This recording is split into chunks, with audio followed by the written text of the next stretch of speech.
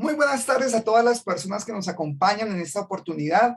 Mi nombre es Luis Felipe Barrera, soy el director técnico y de proyectos de la Fundación Alianza Natural Colombia. Reciban un cordial saludo de parte de todo el equipo de la Fundación Alianza Natural y bienvenidos nuevamente a este gran espacio, a este nuevo webinar. En esta oportunidad estamos muy contentos de estar nuevamente con ustedes en este nuevo ciclo de webinars Descubriendo el dosel, una iniciativa que busca visibilizar este estrato biológico y los proyectos de investigación y conservación que adelantan los científicos del dosel en el Neotrópico. Estamos muy orgullosos de poder presentar en esta oportunidad a nuestro expositor, el profesor Diego Suescún, que nos acompaña desde la ciudad de Málaga, en el departamento de Santander, aquí en Colombia. Y esta tarde compartirá con nosotros muchísima información de interés en su presentación titulada Ecohidrología y Bioquímica del dosel en bosques naturales. Diego Suescún es ingeniero forestal, magíster en bosques y conservación ambiental de la Universidad Nacional de Colombia, sede Medellín, y actualmente es docente del programa de ingeniería forestal de la Universidad Industrial de Santander, sede Málaga. Su campo de investigación es la ecología de bosques naturales tropicales, particularmente estudios relacionados con diversidad, dinámica y estructura de las comunidades vegetales, dendrología y procesos ecohidrológicos y biogeoquímicos asociados a las funciones de regulación de los bosques. Quiero darle un saludo al profe. Profe, ¿cómo ha estado? Hola, hola, buenas tardes. Bien, muchas gracias. Qué bueno, profe. Le falta activar el video, profe. Listo. ¿Qué tal? ¿Cómo ha estado, profe? ¿Qué tal? Bien, contento de estar aquí, de que me haya tocado abrir este nuevo ciclo de charlas. Muchas gracias por la invitación. Pues muy contento de tener la oportunidad de hablar de lo que me gusta, hablar de bosques, del dosel, de estos temas que son tan interesantes y bueno, espero que nos vaya bien y que les guste mucho lo que les traje hoy. Genial, profe. Sí, como bien lo comenta, estás abriendo este nuevo ciclo de webinars. Subimos el primer ciclo durante pandemia en 2020 y 2021 y obviamente pues ahora queremos comenzar este nuevo ciclo de webinars y qué bueno obviamente contar con una persona como usted que lleva ya muchos años trabajando en el dosel. Fue muy interesante para mí conocer al profe desde la iniciativa de la Red Dosel Colombia y poder conocer todos los avances y todas esas investigaciones que usted ha desarrollado. Así que, profe, muchísimas gracias por animarse a participar y por mostrarnos un poquito de la ciencia del dosel que usted desde su universidad y desde su interés está trabajando. Eh, Antes de darle paso, profe, quiero comentarle pues a todas las personas, saludar a todas las personas que en estos momentos están conectadas desde Facebook Live. Vemos que tenemos ya más de 30 personas conectadas en este momento, que pueden dejar sus comentarios, preguntas e inquietudes en la sección de comentarios del Facebook Live. Nosotros estaremos recopilando todas estas preguntas para al fin de la charla poder dárselas al profe Diego y que nos colabore dándole respuesta. Las personas que lamentablemente por tiempo y por agenda obviamente no han podido asistir a este evento en vivo, podrán encontrar a eso de las 7, 8 de la noche la grabación del webinar en nuestro canal de YouTube, Fundación Alianza Natural Colombia, y allí podrán consultar. Entonces, profe, no siendo más, pues creo que la audiencia espera por su charla. Esperamos aprender mucho sobre el dosel y todas las investigaciones que usted ha desarrollado y también conocer más adelante sobre los trabajos que está desarrollando actualmente. Listo, perfecto. Entonces, ¿me Aquí confirman? ¿Me está escuchan perfecto, bien? está compartiendo perfecto, profe. Cualquier cosa estoy aquí. Listo. Bueno, entonces, nuevamente, muy buenas tardes a todos. Muchas gracias por estar aquí acompañándonos en esta charla que titulamos Ecohidrología y Bioquímica del dosel de bosques naturales. Me voy a enfocar más que todo en bosques altoandinos, particularmente en robledales, que es donde he trabajado estos temas, pero digamos que la teoría y toda esta parte del principio aplica a cualquier tipo de bosque, sea de zonas bajas, en fin. Entonces, bueno, eh, yo sé que aquí muy seguramente la mayoría saben qué es el dosel, pero también tenemos invitados estudiantes, personas que de pronto no estén muy relacionadas, que estén aprendiendo. Entonces quiero empezar recordando qué es el concepto de dosel. Pues empezar diciendo que en el bosque hay una estratificación vertical, hay un estrato de los árboles emergentes, que son esos gigantes del bosque, está el sotobosque, que son los árboles que están por debajo del dosel, y precisamente está el dosel, que es ese estrato superior del bosque, es un estrato continuo debido al entrecruzamiento de las copas de los árboles, muy importante porque ahí llega el mayor porcentaje de luz, un 90-95% de luz se queda ahí en el dosel. Hay un gradiente de disminución de luz a medida de que bajamos del dosel hacia el suelo, y eso condiciona todas las formas de vida, hábitos de crecimiento, diversidad y estructura de los bosques. Entonces el dosel es muy importante en términos de productividad del bosque, donde se da la mayor tasa de fotosíntesis, en fin, a nivel de fauna también muy importante, donde están los primates, ranas, aves, en fin, las orquídeas, las epífitas. Y hoy, pues, particularmente, vengo a hablarles de que ese dosel también condiciona la repartición del agua lluvia. Hay una redistribución del agua lluvia por parte del dosel, que es lo que vamos a hablar hoy, y hay unos procesos de intercambio de nutrientes que se dan ahí en ese estrato del bosque.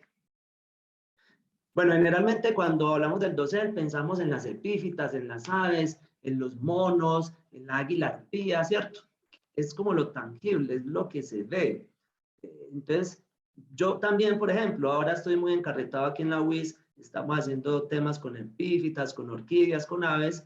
Entonces, claro, uno entra al bosque y uno va buscando las plantas, los bejucos, las lianas, mirando los árboles que componen el dosel, que es como lo visible.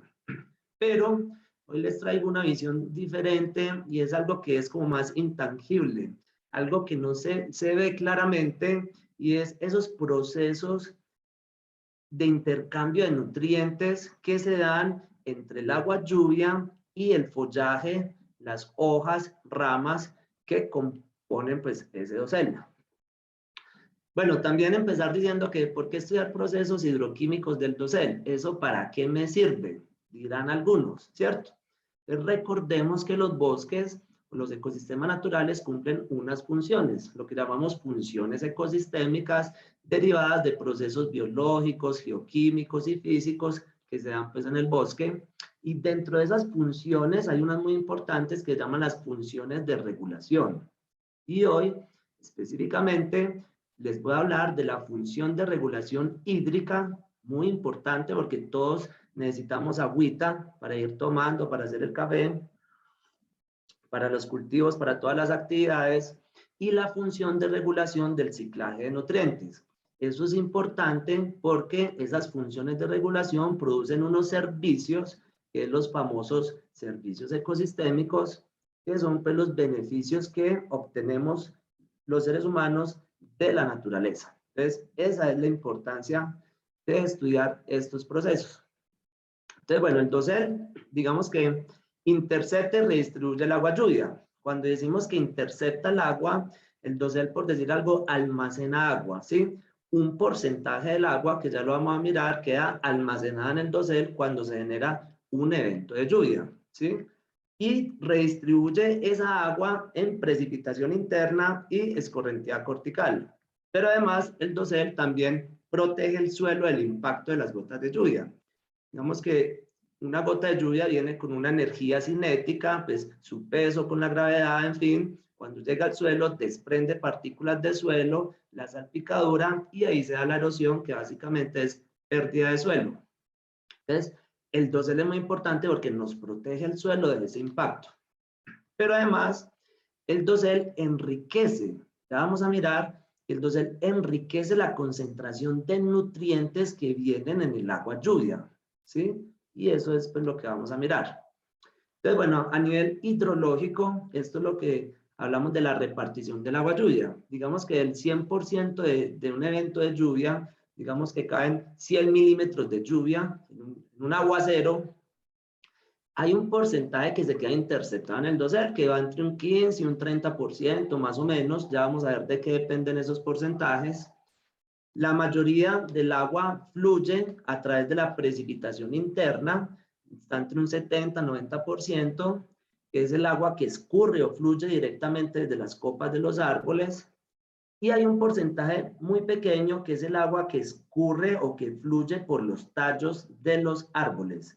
Y a eso le llamamos escorrentía cortical. Muy importante, ya vamos a ver por qué.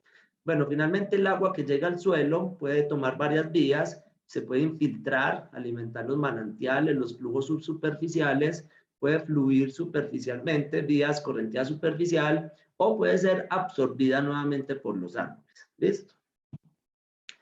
Ahora, pensemos en que cuando está lloviendo, el agua no es un agua destilada, no es agua pura, H2O puro, no. El agua lluvia viene cargada con diferentes concentraciones de nutrientes, ¿sí? Elementos químicos, cationes, aniones. Pensemos en que la atmósfera está cargada de gases, de aerosoles, de partículas sólidas en suspensión, es decir, polvo, ¿sí? Entonces, cuando se genera un evento de lluvia, el agua lo que hace es lavar esa atmósfera, arrastrar todos esos gases, todo ese polvo y depositarlos en el bosque. Por eso, el agua lluvia es una entrada de nutrientes importante a los bosques y más importante en suelos oligotróficos, es decir, en suelos que son pobres en nutrientes o con rocas ya muy meteorizadas. Entonces, no solo se da esa repartición del agua lluvia, sino que en el dosel se da unos procesos de intercambio de nutrientes, que puede ser un enriquecimiento del agua lluvia o un empobrecimiento. ¿Cuándo se puede dar un enriquecimiento? Por ejemplo, por el lavado foliar. Pensemos en la ciudad, cuando vemos un árbol en la ciudad que las hojas están como empolvadas, negras, sucias, ¿sí? El polvo que reciben. Cuando llueve, el agua lo que hace es lavar ese polvo. Entonces, en el bosque ocurre lo mismo. Pues no es polvo de ciudad, pero en el bosque, en el dosel, las hojas, cuando no está lloviendo, se van cargando de polvo, ¿sí? El polvo se adhiere a las hojas y cuando se genera una lluvia, la lluvia lo que hace es lavar ese polvo. Ese polvo está compuesto de elementos químicos. Ahí se puede dar un enriquecimiento del agua lluvia. O se puede dar lixiviación foliar. Lixiviación foliar es un proceso de ósmosis o de difusión en busca del equilibrio y sucede cuando la concentración de un nutriente dado, por ejemplo calcio, que está dentro del espacio intercelular de la hoja, ¿sí? Iones de calcio que no hacen parte de una estructura, sino que son iones que hacen parte del espacio intercelular, que están deambulando por ahí por la hoja. Si esa concentración de calcio es mayor que la concentración del calcio del agua lluvia, entonces el agua lluvia le absorbe, le quita calcio a las hojas y ahí se da un enriquecimiento de calcio. ¿Listo? Pero también se puede dar un empobrecimiento. El dosel también puede absorber nutrientes del agua lluvia, y eso es algo que encontramos que ahorita les voy a mostrar, y es cuando la concentración de un nutriente en el agua lluvia es mayor a la concentración de ese nutriente dentro de la hoja. Entonces la hoja lo que hace es quitarle, absorber nutrientes por ese mismo proceso de difusión, le absorbe nutrientes al agua lluvia, entonces lo que hace es empobrecer la concentración de ese nutriente en el agua lluvia. Bueno, ¿de qué dependerán estos factores? ¿De qué depende que la interceptación, la precipitación interna sea de un porcentaje u otro? Entonces eso depende de unos factores internos y de unos factores externos. Vamos a mirar cada uno de estos factores. Entonces, dentro de los factores internos, por ejemplo, las características estructurales del dosel. Por ejemplo, la abundancia de epífitas. Entre más abundancia de epífitas tenga un bosque, mayor va a ser la interceptación de agua, ¿sí? Particularmente las bromelias, que son como un tanquecito, entonces ellas almacenan mucha agua. Incluso en las épocas de sequía, muchas veces la única agua que hay disponible para ranas, anfibios, aves, es el agua que está depositada en las bromelias. Entonces, a mayor abundancia de epífitas, particularmente de bromelias, mayor interceptación de agua tiene el dosel. Pero eso también hace que cambie esa química del agua, porque las epífitas crean su propio suelo, su propio sustrato, que es lo que llamamos suelo de dosel, y entonces ahí hay procesos de descomposición de materia orgánica, en fin. Es cuando el agua lluvia pasa por esas epífitas, por esas raíces, por ese suelo, pues arrastra nutrientes. Eso hace que haya un enriquecimiento de nutrientes. El ángulo y el número de inclinación de las ramas también hacen que esta redistribución cambie. No es lo mismo un bosque dominado por araucarias, por ejemplo, que tiene ramas horizontales, a un bosque con árboles con ramas con cierto ángulo que canalicen los flujos de agua. Entonces, el número y el ángulo de inclinación es importante. El índice de área foliar. A mayor índice de área foliar que tenga un bosque, mayor interceptación de agua tiene y mayor tiempo de contacto tiene una gota de lluvia con el dosel para que hayan esos procesos de intercambio de nutrientes. El área de copa, la profundidad de copa, la estratificación de las copas también ejercen control sobre esos procesos. La forma de la hoja, no es lo mismo un bosque dominado por una leguminosa de hojas recompuestas, por ejemplo, a un bosque dominado por una laurácea de hojas simples alternas. La forma de la hoja, el lápice, si es puntiagudo, canaliza la lluvia. La pubescencia de la hoja, no es lo mismo hojas glabras, sin tricomas, a hojas que sean muy pubescentes. Esa pubescencia hace que haya un mayor tiempo de contacto entre el agua lluvia y la hoja, y ahí es donde ocurren esos procesos de intercambio de nutrientes. Entonces, todo esto son variables importantes. La presencia de aceites esenciales. Las plantas tienen metabolitos secundarios, un montón de sustancias químicas, terpenos, alcaloides, en fin, y esos compuestos químicos también pueden alterar la composición del agua lluvia.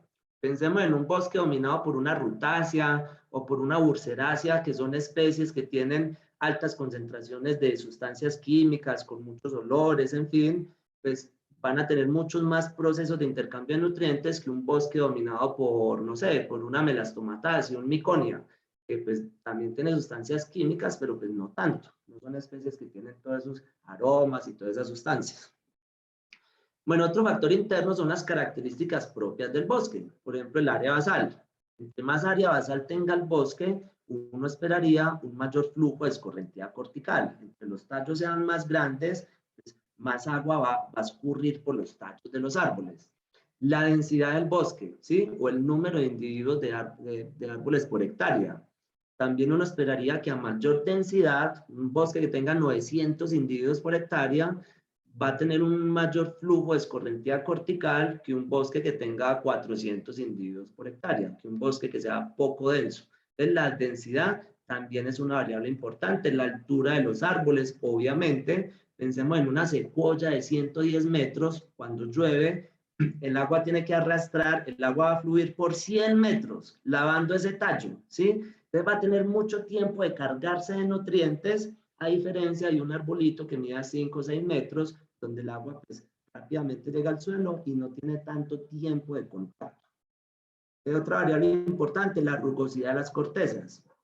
Las cortezas que son muy lisas, pues el agua fluye rápidamente, menor tiempo de contacto, diferente a las cortezas que sean muy rugosas, donde pues el agua tiene más tiempo de tener esos procesos de intercambio de nutrientes. Y obviamente la diversidad del bosque. No es lo mismo un bosque en el Amazonas, donde encontramos 350 especies de árboles por hectárea, de diferentes familias con muchas sustancias químicas, a un bosque altoandino dominado por robledal, por Quercus humboldti, donde pues dependiendo si es mixto, si es puro, pero hay una menor diversidad de especies. Eso implica una menor diversidad de formas, de arquitectura, de tamaños y de sustancias químicas. Entonces, todo esto influye en esos procesos de intercambio de nutrientes y en esa redistribución del agua lluvia. El tercer factor interno son las propiedades del suelo. Obviamente, el bosque es un sistema, ¿cierto? Entonces, los árboles tienen que absorber agua, evapotranspirar, todo es un ciclo en el bosque, y entonces también el suelo influye en la hidrología del dosel. No es lo mismo un bosque que esté en un suelo arenoso, con muy buen drenaje, a un bosque que esté sobre un suelo arcilloso, con mal drenaje, donde entonces las tasas de evapotranspiración y de fotosíntesis van a ser diferentes. Y tenemos unos factores externos que ya tienen que ver, por ejemplo, con las condiciones climáticas. Las características del evento de lluvia son básicamente tres: la cantidad de lluvia, su intensidad y su duración. Entonces, si se da un evento de lluvia de poca cantidad y poca duración, 10 minutos, pues los procesos de intercambio de nutrientes van a ser muy pocos, diferente a si es un aguacero de 10 horas, muy intenso o poco intenso, va a ser diferente, ¿cierto? Entonces, esas características. La temperatura y la humedad. Sabemos que a mayor temperatura y mayor humedad hay una mayor tasa de metabolismo, una mayor actividad de los microorganismos. Entonces, entre más caliente y más húmedo, todo es como más rápido en el bosque, ¿cierto? Entonces, esos procesos van a ser más rápido. Mientras que si estamos en un sitio seco y frío, todo es más lento. Entonces, igual, esos procesos de intercambio de nutrientes van a ser más lentos a menor temperatura y menor humedad. La velocidad del viento también influye. A mayor velocidad del viento, mayor evapotranspiración, y eso de las hojas se evapora el agua, y eso implica que haya una mayor interceptación de agua del dosel. Bueno, la altitud, que tiene que ver con la temperatura, la latitud, obviamente en zonas boreales deben de funcionar muy diferentes estos procesos, no sé, por allá en un bosque en Rusia, debe ser muy diferente acá en el trópico. La cercanía al mar.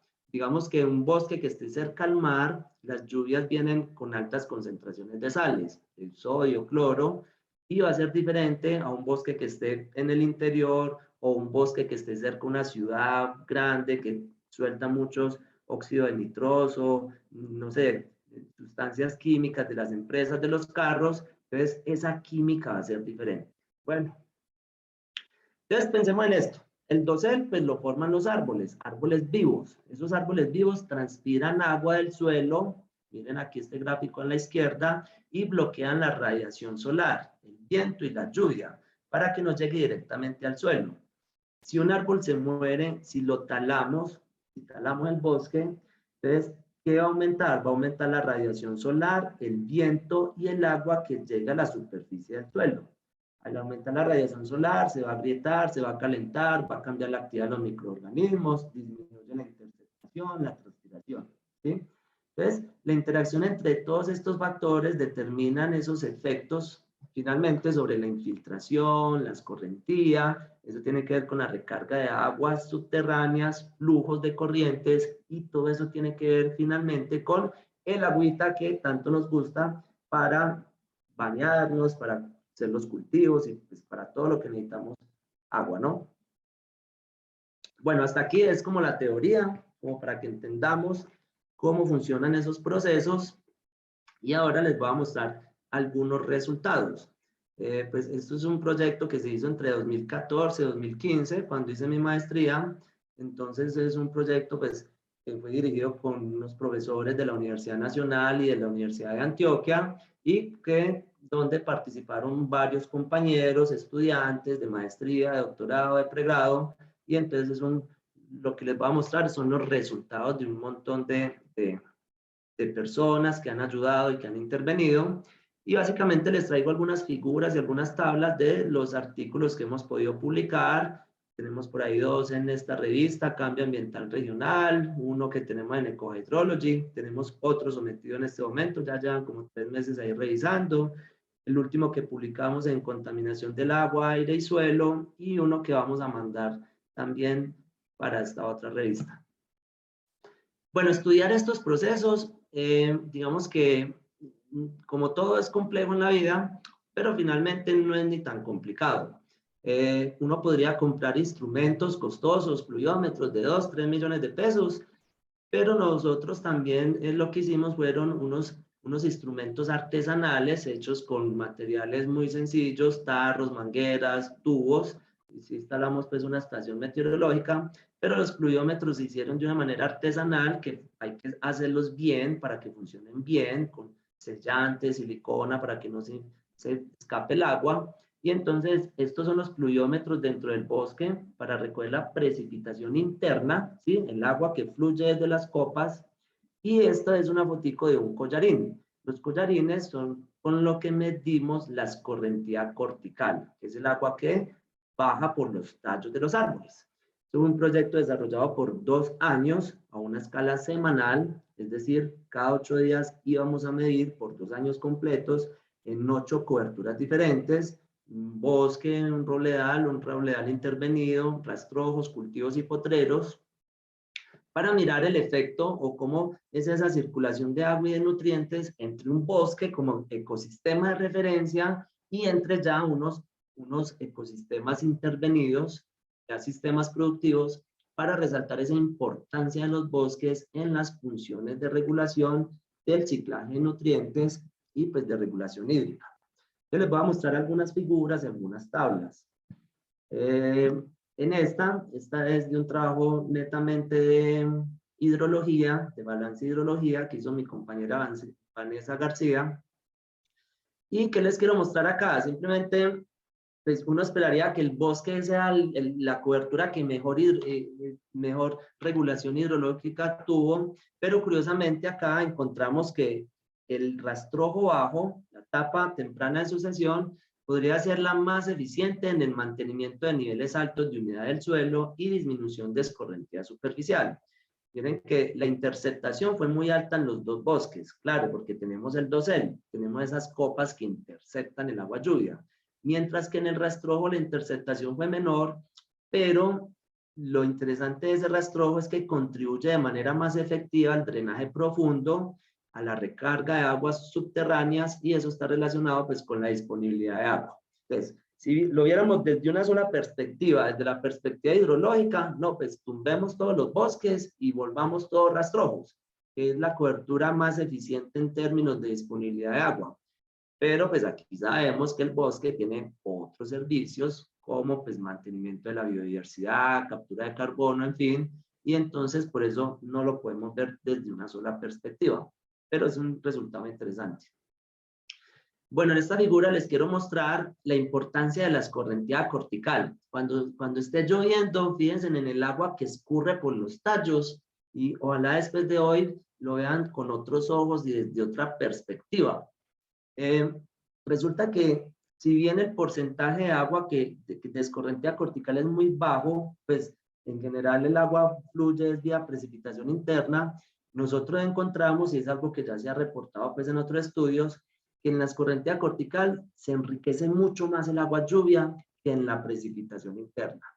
Y eso tiene que ver con un mayor tiempo de recorrido de contacto entre el agua y el tallo. Digamos que en la precipitación interna una gota cae y rápidamente cae una hoja, otra hoja y escurre.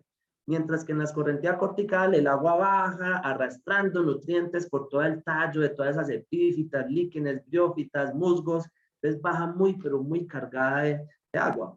Por mirar un ejemplo, aquí potasio, por ejemplo, tuvo 9. Esto debe ser 9 gramos o kilogramos por hectárea año en la escorrentía cortical, que es stem flow, mientras que en la precipitación interna fue 3, ¿sí? Si se fijan siempre acá en las figuritas de abajo, las barras son más altas que en precipitación interna.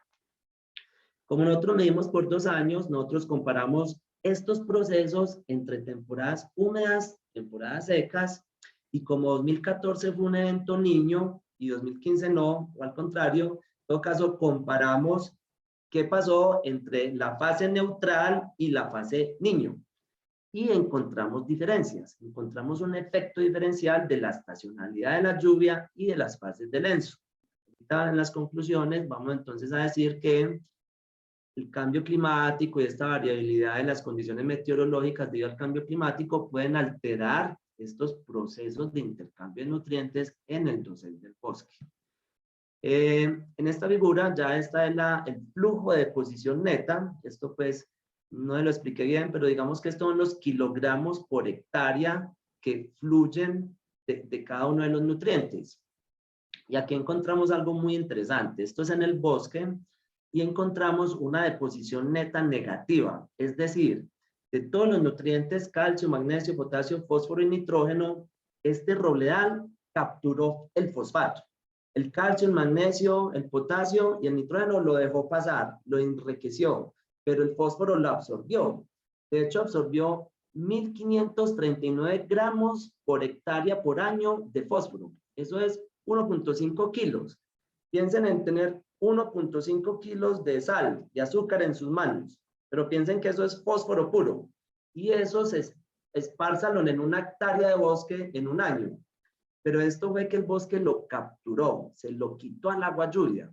Y eso es muy interesante, y la explicación que le damos es que estos bosques crecen sobre suelos andisoles, ¿sí? Y los andisoles tienen una característica, pues sus arcillas, sus minerales, que son alófana y mogolita, que vienen provenientes de la ceniza volcánica, tienen una característica y es que fijan el fósforo, ¿sí? Un andisol tiene una fijación de fósforo del 85%. Quiere decir que el fósforo está en el suelo, pero no está disponible para las plantas, está retenido por las arcillas del suelo.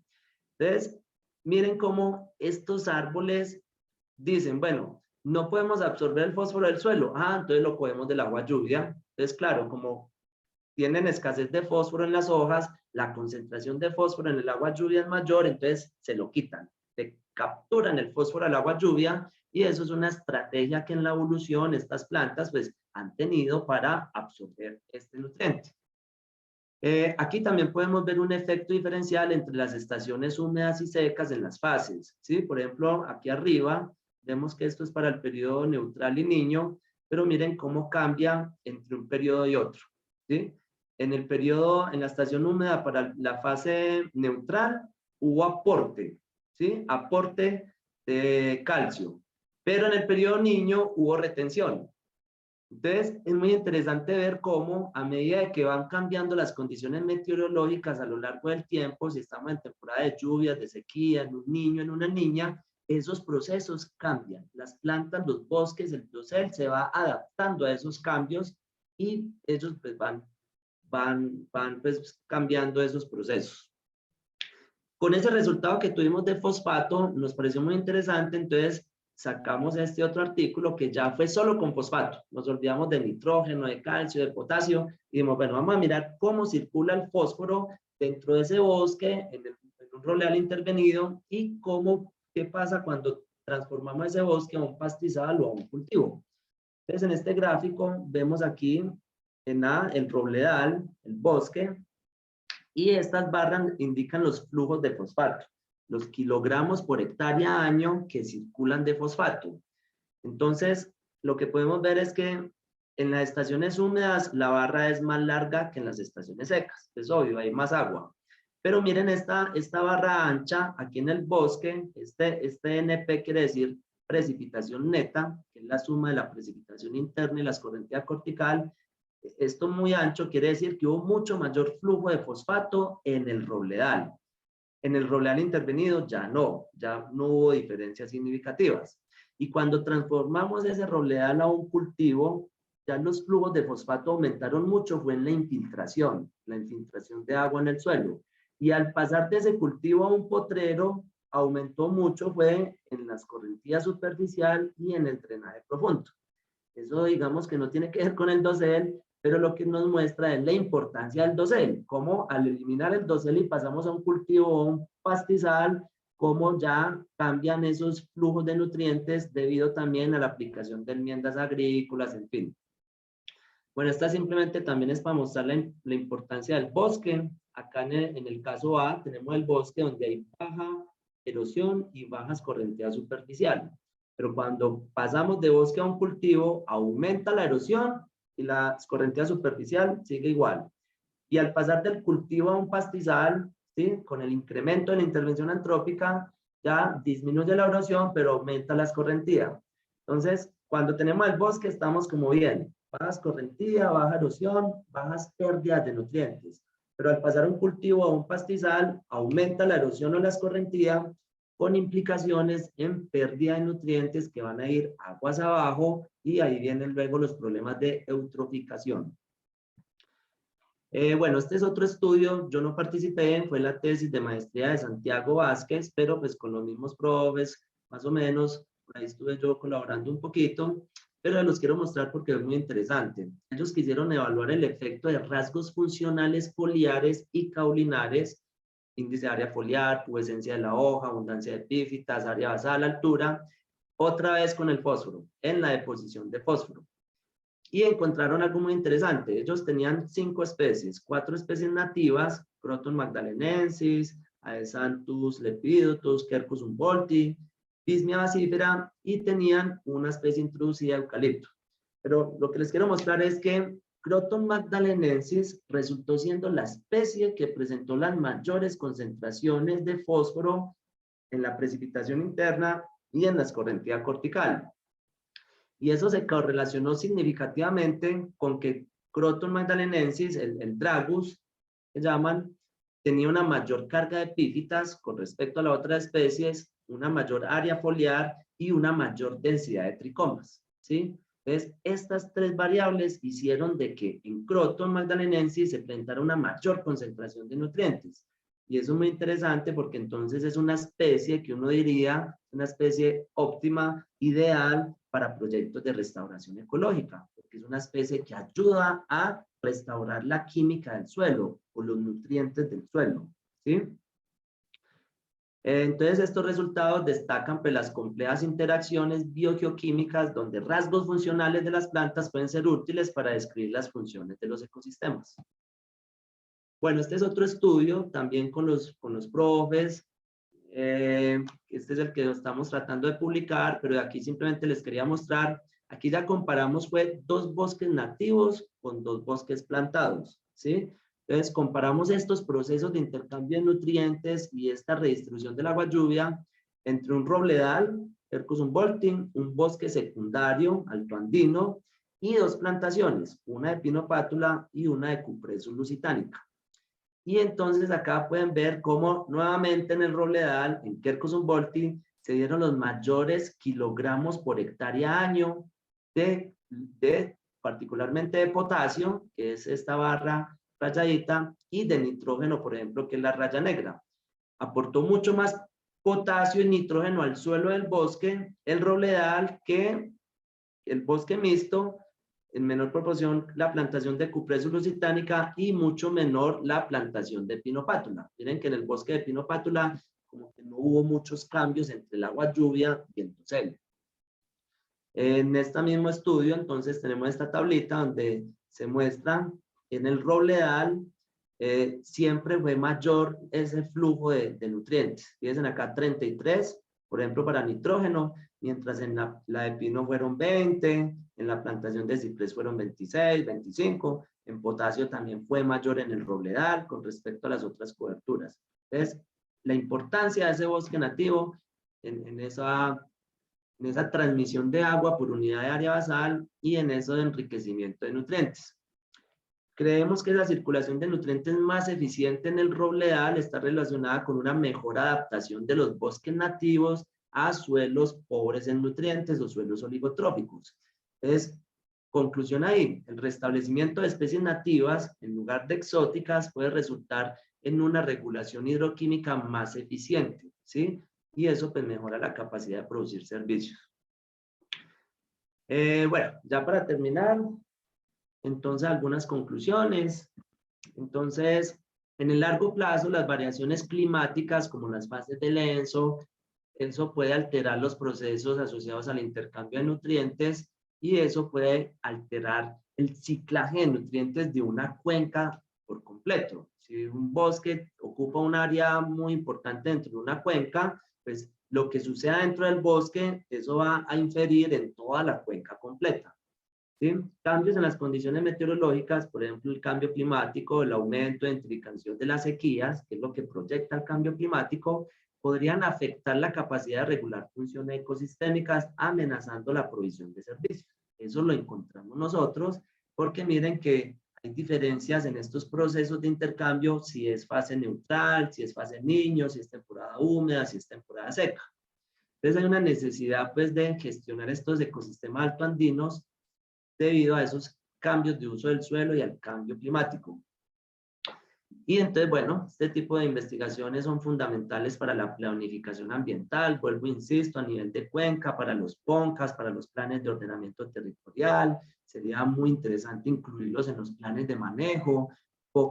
Nunca se incluyen estos temas, por ejemplo, en un plan de manejo de una reserva, en los POTs.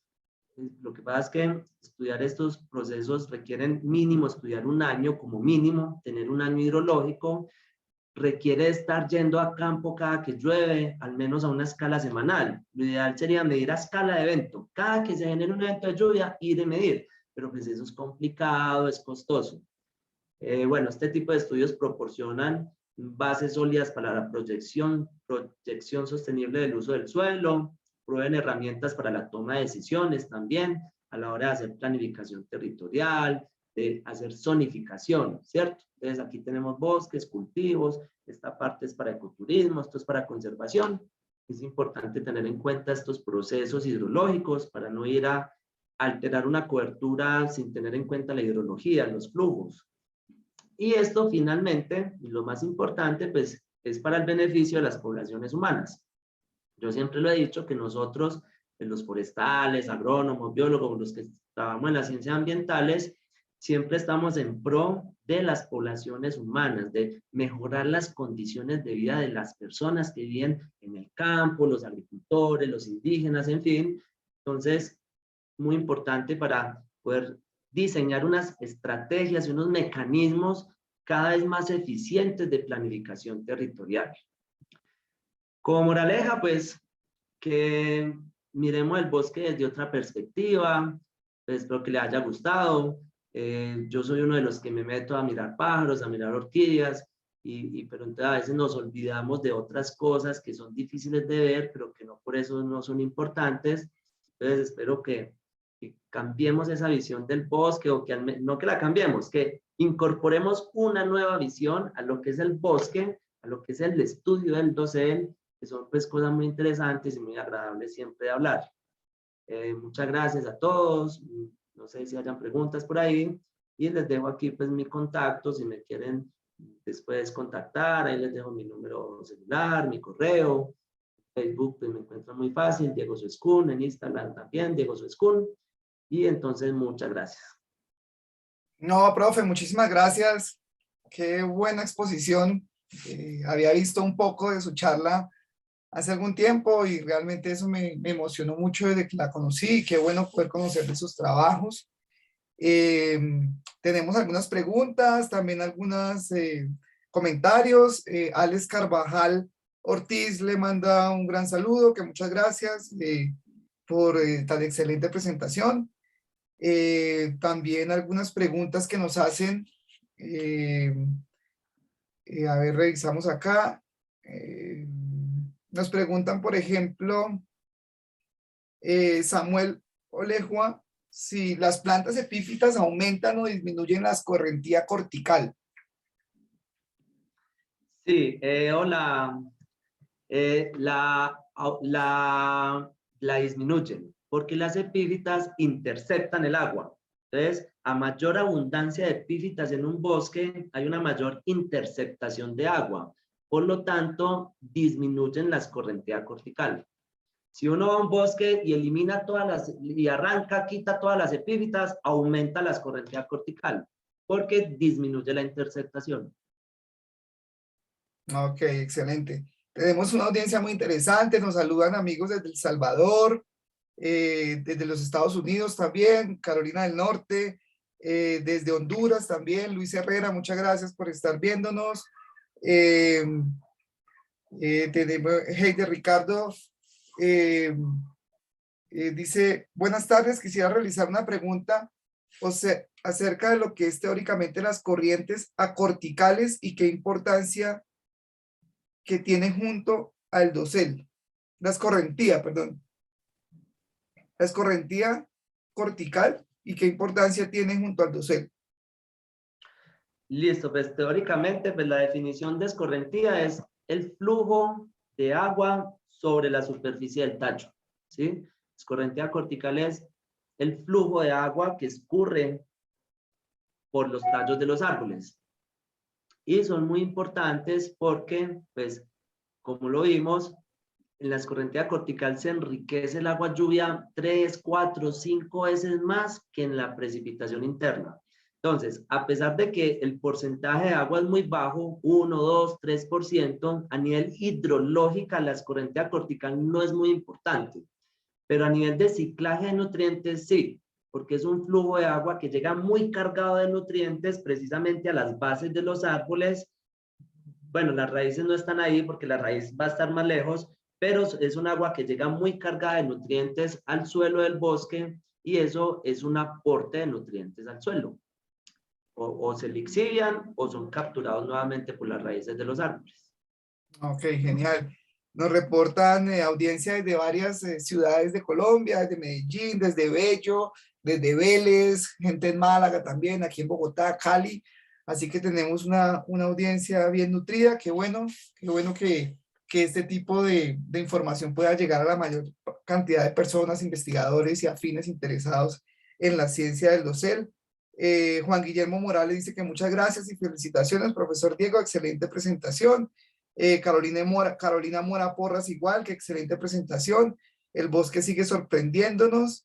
Y ella pregunta, dice, no entendí bien lo que pasa con el fósforo en el agua lluvia, en los suelos andisoles, dado que estos suelos no le permiten a la planta tener fósforo disponible.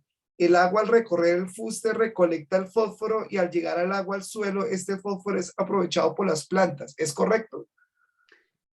No, al principio sí, al final no. Entonces, los andisoles, que es un orden de suelo, son suelos derivados de ceniza volcánica. Ahí hay unas arcillas que se llaman alófana y mogolita y tienen una característica, es que absorben y retienen el fósforo. En el suelo hay fósforo, pero ellas lo incorporan dentro de su estructura química y ese fósforo no queda disponible para las plantas. Entonces, ¿qué es lo que pasó en este bosque? Los árboles absorben el fósforo del agua lluvia, pero en el tallo, cuando el agua baja en el tallo, no baja enriquecida de fósforo, lo contrario, en este caso hubo un empobrecimiento. Se enriqueció calcio, magnesio, potasio y nitrógeno. Esos 4 nutrientes que medimos sí se enriquecieron y son nutrientes que llegan al suelo y quedan disponibles para que otras plantas los absorban. Pero fósforo fue la excepción. En vez de haber habido un enriquecimiento, hubo un empobrecimiento. Entonces el agua lluvia venía con una concentración de fósforo, vamos a decir cualquier cosa, 10 miligramos por litro, venían en el agua lluvia. Y al atravesar el dosel y seguir por vías corriente cortical, pasó a 6 miligramos por litro. ¿Dónde quedó esos 4 miligramos por litro de fósforo? Quedaron allá en el dosel. Las hojas, por los estomas o por sus poros, absorbieron ese fósforo, se lo quitaron al agua lluvia por un proceso de difusión o de ósmosis en busca del equilibrio. Entonces, el fósforo no se enriqueció, se empobreció. Los otros nutrientes sí se enriquecieron y llegan al suelo para que otras raíces los absorban. Ok, excelente. Tenemos una pregunta de Adriana Molina. Un saludo a Adriana. Adriana también es una investigadora del dosel que nos acompañó en una charla en el ciclo pasado de webinars y es una trepadora también. Hizo el curso con nosotros en 2019. Adriana pregunta, buenas tardes. Mi pregunta es, ¿qué se debe tener en cuenta en términos hidrológicos a la hora de diseñar una estrategia de restauración? Bueno, entonces, a la hora de diseñar una estrategia de restauración, hay que tener en cuenta las estrategias funcionales de las especies. Recordemos que hay especies adquisitivas y conservativas, o heliófitas y exiófitas. Entonces, las especies heliófitas, por ejemplo, los bismias, los balsos, los yarumos, esas especies de luz, son especies que tienen 2 características. Tienen raíces poco profundas, muy superficiales, y son especies con una tasa de metabolismo muy rápido, que quieren crecer rápidamente y hacer mucha fotosíntesis. Si vamos a hacer una restauración en un sitio y sembramos esas especies de entrada y hay deficiencia de agua en ese sitio, que sea un sitio seco o que la sembremos en sequía, se van a morir. Entonces, es importante sembrar especies que toleren el estrés hídrico. Las especies de sombra o heliófitas, pues esas sí son especies que tienen raíces más profundas, pueden llegar a aguas más profundas, son especies de lento crecimiento, de metabolismo más lento, crecen más despacio y estas especies conservativas o de sombra son más resistentes a las sequías. Ahora, no podemos llegar a sembrar de entrada las heliófitas, los yarumos y estos, no podemos llegar a sembrar de entrada las especies de sombra, porque a pleno sol no van a sembrar, no van a crecer. Entonces, lo que toca hacer es empezar, diseñar muy bien con qué especies empiezo mi proyecto de restauración y a medida de que se vaya que sean especies heliófitas, que crezcan a la luz y a medida y sembrarlas pues, en invierno, en épocas de lluvia. Y a medida que esas especies empiecen a generar una sombra, le empiezo a meter especies de sombra, especies de lento crecimiento. Por eso los proyectos son complejos y son demorados. Muchas veces decimos que vamos a restauración, un contrato de 5 meses, vamos, sembramos 5 meses y nos fuimos. Y por allá no volvemos. No va a funcionar bien. Son proyectos que hay que diseñar a 3 a 5 años como mínimo para uno poder empezar con las heliófitas que empiecen a generar una sombra y después empezar a meter las exófitas e hidrológicamente ya son más resistentes, tienen raíces más profundas que van a ayudar a mejorar la infiltración del suelo, la porosidad y que ya sí se van a establecer después de haber sembrado las heliófitas. Y obviamente tener en cuenta el tamaño del árbol, pues a mayor tamaño del árbol va a haber una mayor demanda evapotranspirativa, entonces hay que mirar si el sitio donde vamos a restaurar tiene buena disponibilidad de agua o no, eso va a depender qué especie voy a sembrar, del tamaño y todo eso. Ok, profe, muchas gracias. Nos reportan ahora audiencia desde Perú, desde Ecuador también, entonces ya son como 5 o 6 países a los que estamos llegando el día de hoy, qué bueno. Luis Herrera, otro compañero arborista de Centroamérica y científico del DOCEL, también nos acompaña y nos pregunta si han medido el aporte de los nutrientes generados dentro de los tanques de las bromelias hacia el suelo del bosque. Si conoce algún estudio o usted lo ha realizado. Sí, no, yo no lo he realizado, pero sí hay un artículo muy, muy bueno, de hecho es un review de un Val Stamp por allá del 2019, más o menos actual, y es muy bueno porque es un review donde analiza el efecto de las epífitas en los intercambios de nutrientes en el dosel de los bosques. Entonces, eso sí se ha hecho. Yo no lo he hecho, pero sí lo he leído. Si está interesado en ese artículo, me deja por ahí el correo, me manda un correo, yo se lo mando, yo lo tengo. Es un review donde analizan todo lo que tiene que ver con las epífitas y estos procesos de intercambio de nutrientes. Genial, genial. Seguro que sí. Podemos poner en contacto a Luis con usted, profe. Moroche Hernández, le mando un saludo desde Málaga, Santander. Y bueno, ahí tenemos algunas otras preguntas, pero ya vamos a cumplir como una hora. No queremos quitarle mucho tiempo, profe. Yo quería que nos contara un poquito porque sé de su trabajo en el DOCEL y en la última reunión que tuvimos en el proceso de conformación de la red DOCEL Colombia, que es una iniciativa muy interesante de la cual usted hace parte y que seguramente más adelante comentaremos en uno de estos webinars. Usted me comentaba que tenía una serie de parcelas que está pues, en la Universidad de Málaga y que tiene muchas iniciativas y muchas preguntas de investigación. Qué bueno que nos contara un poquito de esto, por si hay otros investigadores interesados de pronto en desarrollar estudios en conjunto y poder responder preguntas de investigación en el DOCEL. Claro que sí. Entonces, bueno, pues yo soy profesor de botánica, dendrología y ecología en el programa de ingeniería forestal en la Universidad Industrial de Santander, sede Málaga. Estamos ubicados en la cordillera oriental, al norte de la cordillera oriental, en un sitio donde estamos asociados al páramo del Almorzadero. Estamos rodeados de robledales, de páramos y de bosque seco asociado al cañón del Chicamocha. Entonces, en el 2019 empezamos con una idea de montar unas parcelas permanentes. Primero eran temporales, primero eran 2, después 3, después fueron 5, después fueron permanentes y finalmente montamos 10 parcelas permanentes de 0.1 hectáreas cada una, 50 metros de largo por 20 metros de ancho. Pues subdivididas en 10 cuadrantes de 10 por 10. Esta es, por ejemplo, en el Robledal y esta otra foto ya es en el bosque seco. Este es el bosque seco. Y ya después nos fuimos animando y ya finalmente tenemos 25 parcelas. Las primeras 10 se montaron en 2019 y las otras 15, que de hecho Jonathan, que preguntó por ahí, fue uno de los que montaron 5 en el Robledal hace 2 años. Y entonces ya tenemos pues yo le digo una red, una pequeña red de 25 parcelas permanentes. Tenemos 10 en robledal, 5 en bosque seco, 5 en rastrojo bajo y 5 en un bosque mixto. En estas parcelas hemos venido desarrollando pues un montón de tesis, de trabajos con los estudiantes. Por ahí vamos a empezar apenas a publicar cositas de aves con orquídeas, en fin. Y entonces aquí pues les estoy mostrando fotos. Esta es una tesista mía, Diana Joya, con la que hicimos una tesis con epífitas, con orquídeas. Pues ahí cayeron todo este montón de orquídeas, estaban fotos de ellas. Hemos hecho ya 2 trabajos con epífitas. También hemos hecho trabajos con avistamiento de aves. Estos son otros estudiantes con los que los engomamos con el mundo de las aves. Ya tenemos una lista de casi 100 especies en bosque seco y como de 80 en el robledal. Hemos trabajado también pues con otros temas. Ahorita vamos a empezar con mariposas, queremos trabajar con colibrís.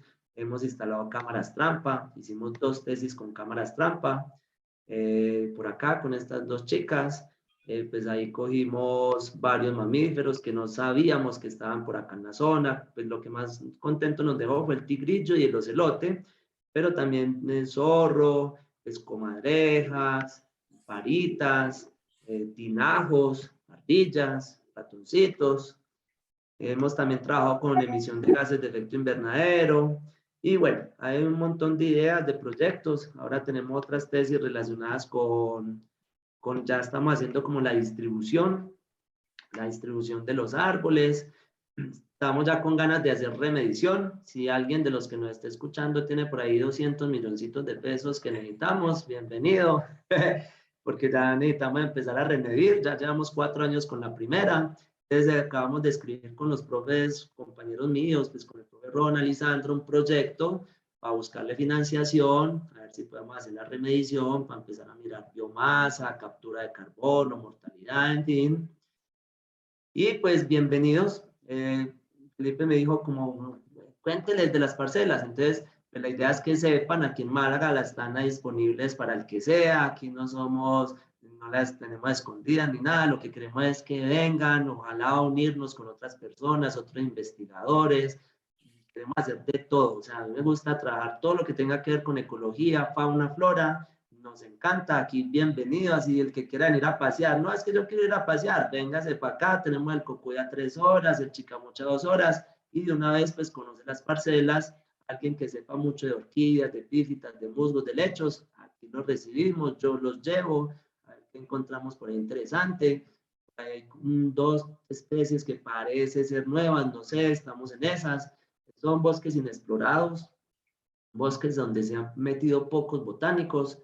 Entonces aquí tenemos pues mucho que hacer. Ya las tenemos en Forest Plot, que es una buena noticia, con un estudiante pues que ha estado muy animado, muy juicioso.